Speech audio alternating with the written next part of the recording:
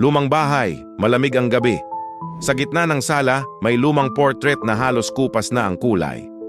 Wala namang kakaiba hanggang sa mapansin kong parang basa ang salamin nito na tila may lumalabas na usok.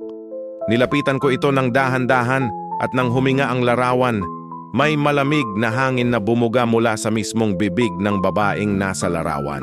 Napapikit ako sandali, iniisip kong guni-guni lang. Ngunit ramdam ko ang hangin, malamig na parang humahaplos sa balat ko. Bawat paghinga ng larawan, lumalakas ang puwersa, parang hinihigop ako papalapit. Pilit akong umatras pero nakapako ang mga paa ko sa sahig. Lalong lumalim ang hininga ng larawan at ramdam ko nang hinahatak ako ng malamig na usok papasok sa loob ng canvas. Sumisigaw ako ngunit walang boses na lumalabas mula sa lalamunan ko. Unti-unti akong nilalamon ng dilim at ang huling nakita ko ay ang mga mata ng babae sa larawan. Ngayon ay buhay na, nakangiti at tila ako na ang pumalit sa kanya. Sa labas, may sumilip na bata.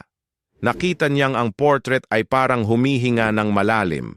May bagong aninong nakasilip mula sa loob ng pintura.